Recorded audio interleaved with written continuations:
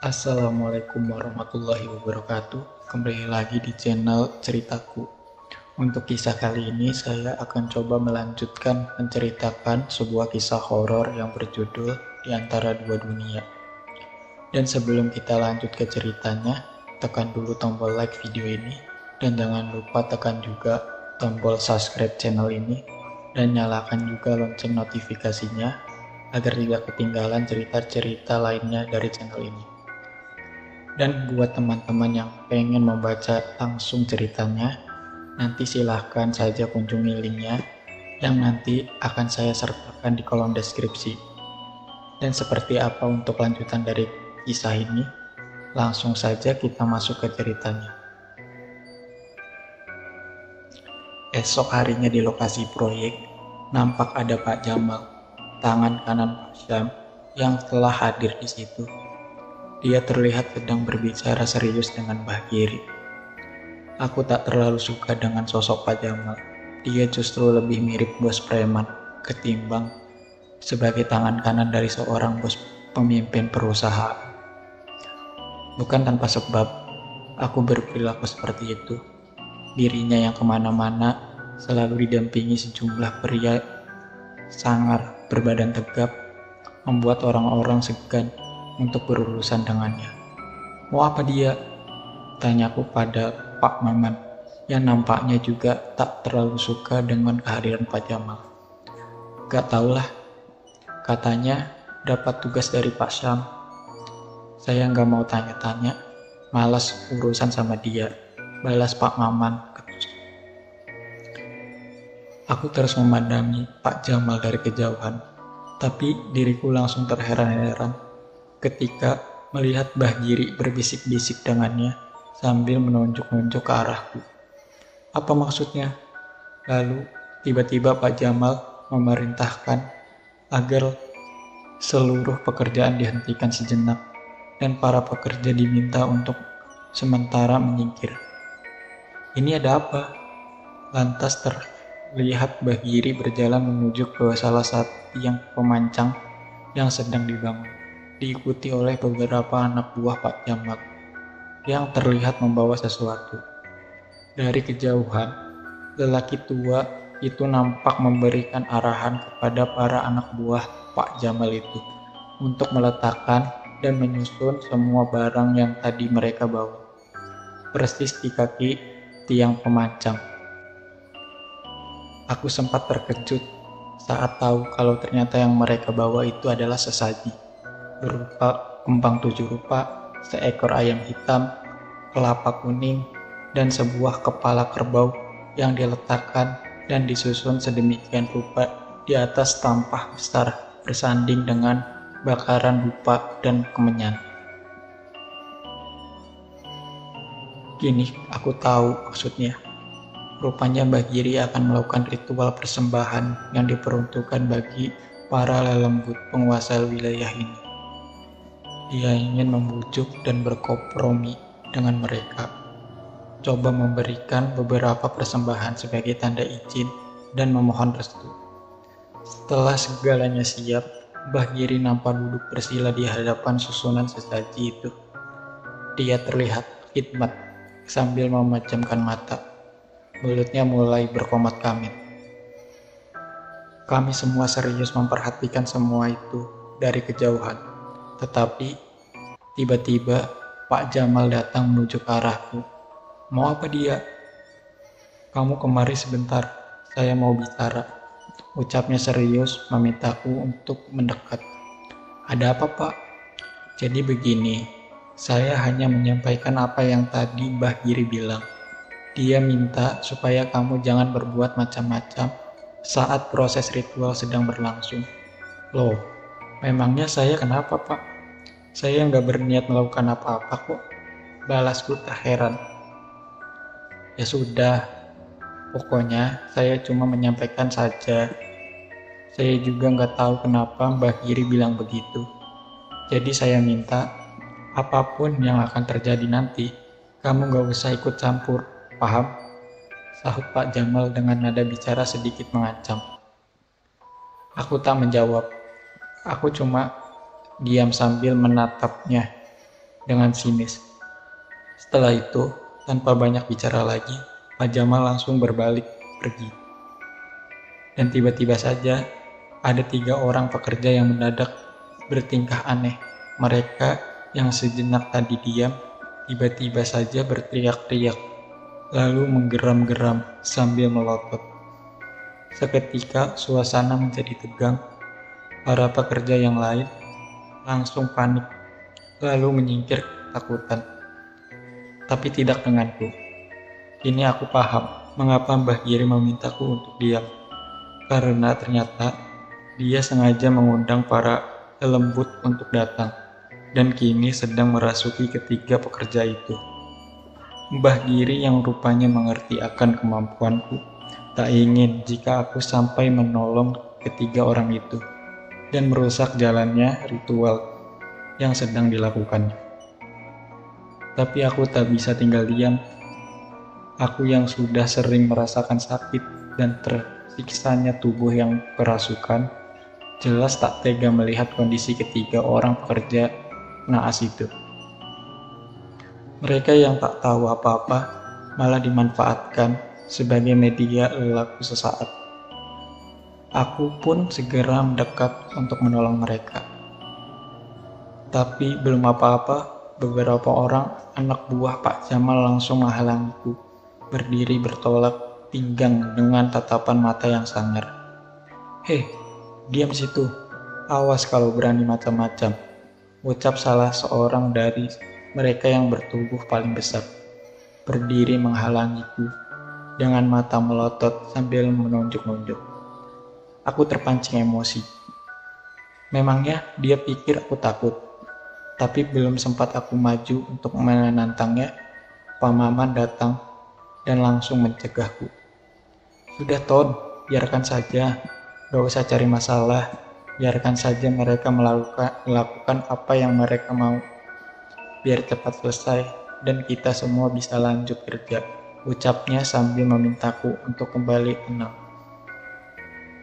Akhirnya dengan terpaksa, aku dan para pekerja yang lain cuma bisa diam dan merinding ketika melihat ketiga orang yang kerasukan tadi dengan rakusnya berebut ayam hitam, lalu melahapnya mentah-mentah. "Gila!" Mbah Giri terus komat kamit saat kejadian itu berlangsung.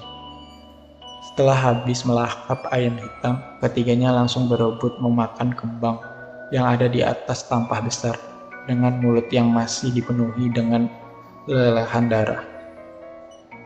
Setelah selesai, Mbah Giri mendekati ketiga orang itu dan langsung memegang kepala mereka secara bergantian, hingga akhirnya ketiganya pun terlukai lemas. Mbah Giri lantas memerintahkan anak buah Pak Jamal untuk membawa ketiga orang itu pergi.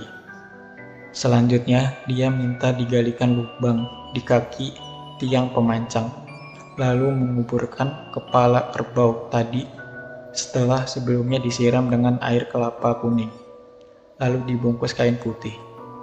Hatiku geram, aku benci melihat dia yang bodohnya mau saja diperalat dan diperdaya oleh para lelembut penunggu wilayah ini, hingga dia mau melakukan perbuatan sesat itu. Kita ini manusia, makhluk tertinggi ciptaan Tuhan. Tak sepantasnya kita malah terjerumus mengikuti tipu daya setan yang jelas-jelas ingin menjerumuskan. Aku memang terlahir dari keluarga yang dulunya sangat akrab dengan segala hal berbau mistis dan klinik. Tapi seiring perjalanan waktu, keluarga kami perlahan kembali kepada fitrahnya. Fitrah manusia yang seharusnya hanya tunduk dan patuh menyembah kepada Sang Maha Kuasa. Ambil yang baik, buang yang buruk. Begitu yang selalu dipesankan oleh almarhum Eyang tentang segala ilmu warisan peninggalan leluhurku terdahulu. Kini setelah semua selesai, Mbah Giri pergi meninggalkan lokasi proyek sambil tersenyum sinis ke arahku. Dia merasa dia telah menang, padahal sejatinya sebagai seorang manusia, dia telah kalah. Sepulangnya bekerja, setelah memakan malam dan sholat isya, Aku yang tak tahu lagi harus melakukan apa, akhirnya memutuskan untuk tidur, walau belum terlalu malam. Tapi entah berapa lama aku terlelap, mendadak kembali kerasukan sesuatu yang mencengkram leherku, hingga diriku kesulitan bernafas. Saat ku buka mata, betapa terkejutnya diriku, mendapati sosok lelaki misterius yang menyanyet tangannya sendiri kemarin. Kini mencekik leherku. Spontan ku tepis tangannya, tapi cengkeramannya begitu kuat, hingga sebentar saja tubuhku lemas kehabisan nafas. Pandanganku mulai berkunang-kunang, tapi sanyut terdengar suara Buros yang memanggil-manggil. Mas Kanton, mas. Wah. Seketika cengkeraman tangan itu terlepas, napasku terbebas, diriku langsung bangun dari posisi rebah. Duduk di atas ranjang dan melihat Buros yang sudah berdiri di depan pintu kamar yang terbuka. Mas, ini kok pintunya nggak ditutup? Tanya Buros dengan wajah terheran-heran. Aku cuma terdiam dengan napas masih satu-satu, memandangi sekeliling ruangan, masih menduga-duga apa yang sebenarnya terjadi. Mas Kanton kenapa? Kok kayak bingung gitu? Tanya Buros lagi. Bagai tersengat, aku pun tersadar lalu menjawab sekenanya, walau masih sedikit bingung. Enggak bu, enggak apa-apa. Mas Kanton kecapean. Tidur sampai lupa tutup pintu. Ya sudah, ini saya tutup ya. Silahkan dilanjut istirahatnya, ucap Buros sambil menutup pintu kamar. Aku masih termenung di atas ranjang. Apa itu tadi? Apakah aku bermimpi? Tapi segalanya terasa amat nyata. Bahkan leher ini pun masih terasa nyeri. Lalu kenapa pintu terbuka? Aku sangat yakin kalau tadi aku sudah menguncinya. Aneh. Keesokan harinya, di lokasi proyek, kembali terlihat Pak Jamal yang berdiri mengawasi para pekerja, didampingi oleh Mbah Giri yang terus berada di dekatnya. Mungkin terlihat seperti kombinasi yang tak lazim. Seorang tangan kanan bos besar mengawasi pembangunan sebuah jembatan bersama seorang paranormal. Bukannya dengan seorang tenaga ahli ataupun insinyur. Tapi aku mengerti. Setelah apa yang mereka perbuat kemarin, sepertinya mereka ingin memastikan kalau ritual mereka itu membuahkan hasil, dan berharap semuanya akan berjalan lancar tanpa adanya lagi gangguan. Namun mendadak terdengar bunyi gemuruh menggema di lokasi proyek. Tiang pancang yang baru kemarin berdiri tiba-tiba saja runtuh. Seketika suasana menjadi riuh. Orang-orang berlarian menyelamatkan diri di antara debu yang bertebangan menutupi pandangan. Namun di tengah kacaunya situasi, mataku seperti menangkap sosok raksasa berkepala kerbau, berdiri dekat tiang yang roboh, menjejak-jejakkan kakinya ke tanah sambil mendengus, lalu menghilang. Setelah beberapa saat, kekacauan pun mereda. Situasi akhirnya mulai terkendali. Terlihat sejumlah pekerja yang terluka segera mendapatkan pertolongan, dan untungnya tak ada korban jiwa. Pak Jamal langsung sibuk berbicara dengan seorang melalui ponsel sambil melangkah mondar-mandir. Wajahnya terlihat tegang. Setelah selesai, pria itu langsung berbincang serius dengan Mbah Giri yang seperti sedang menjelaskan sesuatu. Hingga Pak Jamal cuma bisa mengangut-mengangut. Selanjutnya, Pak Jamal mengumpulkan semua mandor proyek, termasuk Pak Maman. Sebentar saja. Mereka semua nampak terlihat pembicaraan yang serius.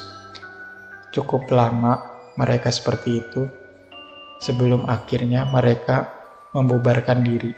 Pak Jamal berikut orang-orangnya bergegas pergi, diikuti oleh Mbah Giri yang ikut melangkah dengan tergesa-gesa. Ada apa Pak? Tanyaku penasaran pada Pak Maman. Proyek sementara dihentikan lagi, dan kita semua dilarang untuk ada di area proyek untuk beberapa hari ke depan. Ini perintah langsung dari Pak Syam, jelas Pak Maman. Oh begitu, sahutku singkat. Tapi ada satu hal yang bikin saya kesal, ujar Pak Maman lagi. Kesal kenapa Pak? Masa kita semua dilarang ada di lokasi proyek kecuali Bahgiri? Memangnya dia siapa? Apa urusannya? Mau bikin ritual orang kesurupan lagi? Jawab Pak Maman ketus. Masa sih Pak? Sanggahku saking terkejutnya. Iya, tadi Pak Jamal bilang begitu. Aneh kan? Yang kerja disuruh minggir, malah dukun yang boleh mendekat. Makin gak beres aja. Batinku langsung menduga-duga. Apa maksudnya? Pak Maman benar. Ini pasti ada yang tak beres. Aku tahu Pak Jamal dan Mbah Giri kecewa karena ritual mereka kemarin seolah sia-sia. Tapi aku tahu apa yang akan mereka lakukan selanjutnya. Hatiku terusik karena dari gelagatnya firasatku mengatakan bakal ada satu hal yang besar yang akan terjadi. Menjelang sore, kucukupkan kerjaku untuk hari ini dan segera kembali ke tempat kos. Tapi sebelumnya, kusempatkan diri mampir ke warung kopi yang letaknya tak jauh dari tempat kos. Tak kusangka, kopi buatan ibu warung ini terasa begitu nikmat. Suasana sore di tempat ini pun ikut mendukung niatku yang memang ingin sejenak melepaskan penat. Maaf mas bukan orang sini ya? Saya baru lihat, tanya ibu warung yang rupanya memperhatikanku sejak tadi. Iya bu, saya kerja di proyek jembatan sana. Sementara ini tinggal di tempat kos Bu Ros, balasku sambil melempar senyum. Tempatnya Bu Ros? Wah, pasti mas ini nyalinya gede banget ya, sahut sang ibu lagi. Aku terkejut dengan ucapan itu, dan segera membalasnya meminta penjelasan. Maaf bu, maksudnya gimana ya? Loh, mas gak tahu ya? Tempat itu kan angker, gak ada yang betah tinggal di situ. Tadinya memang banyak mahasiswa yang kos di situ, tapi semuanya minggat karena gak tahan sama gangguannya, ucap sang ibu dengan mimik wajah serius.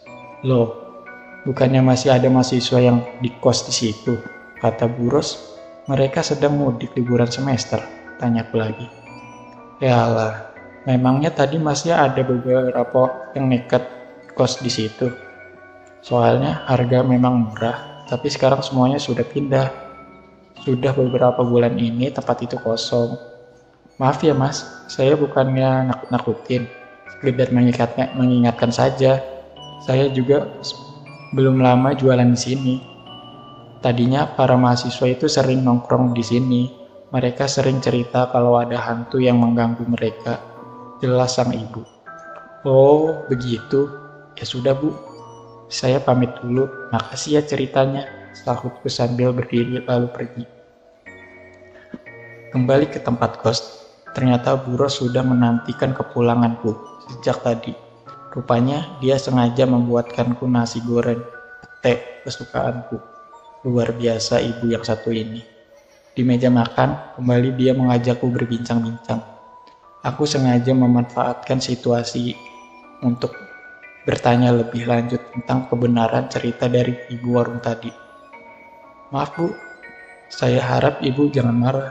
Saya cuma mau tanya, apa benar ada orang lain yang kos di sini selain saya?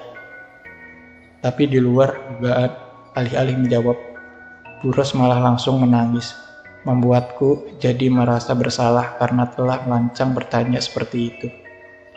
Enggak mas, gak ada yang kos di sini selain Mas Kanton. Maaf kalau saya sudah bohong. Tapi semua itu terpaksa saya lakukan supaya Mas Kanton gak pindah ke tempat lain, jelas Bu Ros sambil segukan. Ya ampun bu, memangnya kenapa sampai harus bohong segala? Tempat ini sudah berbulan-bulan kosong mas. Para penghuni ketakutan karena selalu diganggu makhluk halus. Selama tempat ini kosong, saya jadi tak ada pemasukan. Saya bingung mas. Harus bagaimana lagi? Makanya waktu Mas Kanton mau pos di sini, saya senang banget mendengar penuturannya. Hatiku seketika menjadi iba. Dia hanyalah orang yang berusaha mempertahankan mata pencahariannya, membuatku jadi tergertak untuk membantunya. Ibu tahu asal-usul sejarah rumah ini? Tanyaku serius padanya. Cuma sedikit, Mas. Saya membeli rumah ini dengan harga murah. Pemilik sebelumnya menjualnya dengan tergesa-gesa. Bahkan mereka langsung setuju pada saat saya mengajukan tawaran pertama. Ibu kenal dengan mereka? Nggak kenal, Mas. Saya membeli rumah ini melalui perantara. Tapi setelah saya membelinya, saya baru tahu kalau ternyata rumah ini berhantu. Saya pun sering diganggu. Tapi mau bagaimana lagi? Rumah ini harta berharga milik saya satu-satunya. Baiklah, Bu. Ibu tenang saja. Saya nggak akan pindah kok. Saya akan tetap di sini sampai masa sewanya selesai. Dan kalau diizinkan, saya mau coba bantu Ibu. Mari berharap semoga saja Allah menunjukkan jalannya. Hah? Yang benar, Mas? Ya Allah, makasih banyak, Mas. Saya senang banget dengarnya. Sahutnya kegirangan dengan mata yang bersinar-binar. Ada rasa nyaman dalam hati melihat wajah Buros yang gembira. Rasa yang menjalar dalam dada. Setiap kali bisa membantu orang lain. Kini, di dalam kamarku, sejenak aku coba untuk berkhidmat. Sebagai langkah awal guna melakukan sesuatu yang sebenarnya amat beresiko dan jarang sekali kulakukan bila tidak terpaksa. Karena dari pengalamanku yang terdahulu, proses ini akan sangat menguras energi dan tenaga. Bahkan diriku pernah sakit hingga berhari-hari setelah melakukannya. Aku ingin menelusuri jejak dari sang gadis gaib atau si lelaki misterius, mencoba menjalin rasa dengan mereka dan berusaha mendalami apa sebabnya mereka gentayangan di rumah ini. Tapi aneh, justru di saat aku ingin menjumpainya, mereka malah tak muncul. Yang ada malah beberapa makhluk receh seperti pocong, kuntilanak, dan sejumlah arwah gentayangan lainnya yang mencoba datang mendekat dan langsung kuusir jauh-jauh. Namun akhirnya, salah satu dari mereka muncul juga. Sang gadis gaib tiba-tiba saja sudah berdiri di sudut sana. Dengan wajah yang pucat, menatap tajam ke arahku. Siapa kamu? Kenapa kamu ada di sini? Apa yang menyebabkan kematianmu tak sempurna? Gadis itu tak menjawab. Memang seperti itu, mereka para makhluk astral tak pernah berkomunikasi layaknya manusia. Terkadang mereka memiliki caranya sendiri. Dan itulah yang kini sedang aku cari tahu. Tapi mendadak dia menyodorkan tangannya, seolah ingin mengajakku pergi. Sesaat aku ragu. Tapi akhirnya dengan hati-hati sambut ulurkan tangannya, dan tiba-tiba saja, aku seperti dibawa masuk ke alam lain, dimensi waktu yang berbeda. Di situ, aku melihat si lelaki misterius sedang mengintip ke dalam kamar melalui lubang kunci, di mana sang gadis gaib sedang tidur di atas ranjang. Layaknya menonton sebuah adegan film, situasi berpindah di mana sang lelaki yang sepertinya hendak menggahi sang gadis malah jadi panik saat gadis itu melawan. Lalu akhirnya lelaki itu mencekik sang gadis hingga tewas dengan mata mendelik dan lidah yang berjulur. Diriku yang seolah ada di tempat dan waktu yang sama sampai bergedik ngeri. Bahkan aku bisa ikut merasakan betapa kuatnya cengkeraman lelaki itu di leherku. Dan tiba-tiba saja aku dibawa berpindah ke satu tempat di tepian sungai dengan banyaknya pohon bambu yang bertumbuh liar disertai semak belukar. Gadis gaib itu berdiri di sana sambil menangis meratapi pilu. Lalu dia menoleh ke arahku dengan wajah yang memelas. Setelah semua usai, tiba-tiba saja aku telah kembali berada di dalam kamar. Gadis gaib itu masih berdiri di sana. Namun kini dengan tatapan mata yang redup dan mengiba. Tapi tak lama, gadis goib itu mendadak pergi menghilang, menyisakan diriku yang langsung terkulai lemas dengan keringat yang membasahi sekujur tubuh. Seluruh persendianku terasa ngilu, tapi aku yakin diriku akan baik-baik saja, karena aku pernah mengalami situasi yang lebih berat daripada ini sebelumnya. Segera aku tarik napas dalam-dalam, setelah diriku merasa lebih baik, segera aku rebahkan diriku demi memulihkan tenaga yang habis terkuras, hingga akhirnya aku pun perlahan tertidur.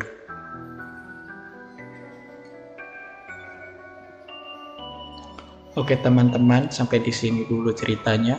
Nantikan kelanjutan cerita di video berikutnya.